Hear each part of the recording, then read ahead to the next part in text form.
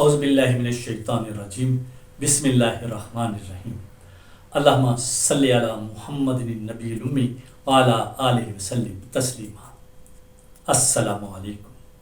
اے dot news کے ساتھ میں ہوں آفتاب اقبال۔ ربیع الاول کا خصوصی ولاگ اور آج اس سلسلے کا 27واں پروگرام۔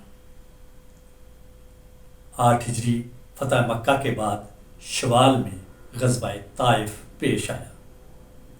اس غزوہ میں مجاہدین کی تعداد 12,000 تھی۔ اس غزوہ میں شہر طائف کا محاصرہ کیا گیا۔ شوال 8 ہجری میں غزوہ حنین بھی پیش آیا۔ یہ غزوہ مسلمانوں اور 2 قبیلوں حوازن اور ثقیف کے ساتھ ساتھ دوسرے قبائل کے ساتھ ہوا۔ حنین مکہ سے تقریباً 40 کلومیٹر کے فاصلے پر ایک وادی ہے۔ اس وادی کے 2 قبیلے حوازن اور ثقیف اپنے آپ کو بہت بہادر اور جنگجو سمجھتے تھے۔ بنو حوازن کے سردار مالک بن عوف تمام قبائل کے مال مویشی، بچے اور خواتین بھی میدان جنگ میں لے آیا تاکہ قبائل کے جنگجو پوری طاقت کے ساتھ لڑیں۔ یہ تمام قبائل وادی اوتاس میں ٹھہرے۔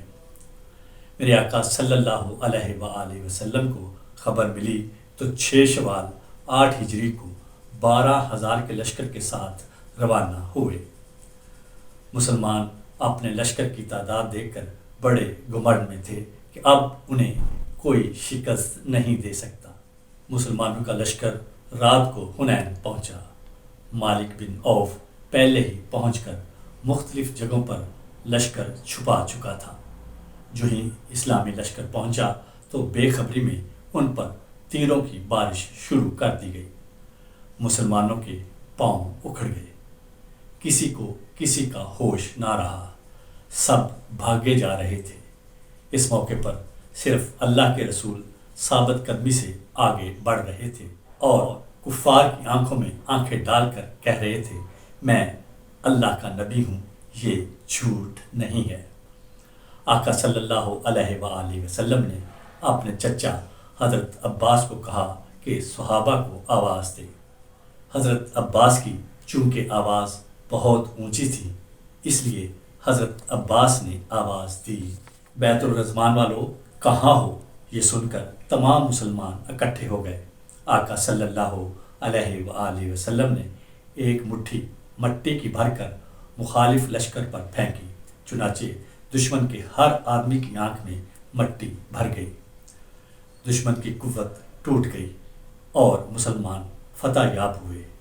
بنو ثقیف کے 70 لوگ مارے گئے۔ مرد، بچے، عورتیں اور بہت سا مال غنیمت میں ہاتھ آیا۔ قرآن مجید میں اللہ تعالیٰ نے اس واقعے کو سورہ توبہ کی آیات 25 اور 26 میں بیان فرمایا ہے۔ 8 ہجری میں میرے آقا حضرت محمد صلی اللہ علیہ وآلہ وسلم کی پیاری صاحبزادی حضرت زینب رضی اللہ تعالیٰ عنہا کا وصال ہوا۔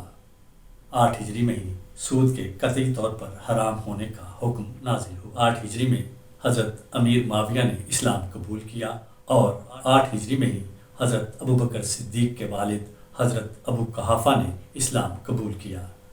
8 ہجری میں آپ صلی اللہ علیہ وآلہ وسلم نے عمرۃ القضاء ادا فرمایا اور مکہ میں 3 دن قیام فرمایا۔ 8 ہجری میں مسجد میں پہلی مرتبہ ممبر بنایا گیا۔ 8 ہجری میں حوازن سے قبول اسلام کے لیے ایک وفد بھی آیا اور اسلام قبول کیا۔ 8 ہجری کو میرے آقا حضرت محمد صلی اللہ علیہ وآلہ وسلم کے ہاں فرزند ابراہیم کی ولادت ہوئی۔ 8 ہجری کو میرے آقا صلی اللہ علیہ وآلہ وسلم نے اپنی بعض ازواج مطہرات سے 1 مہینے کی علیحدگی فرمائی۔ یہ تھا ربیع الاول کا خصوصی ولاگ ہمارے آقا۔ آج اس سلسلے کا 27واں پروگرام پیش کیا گیا۔ اے ڈاٹ نیوز کے ساتھ آفتاب اقبال کو اجازت دیجیے۔ اللہ نگہبان۔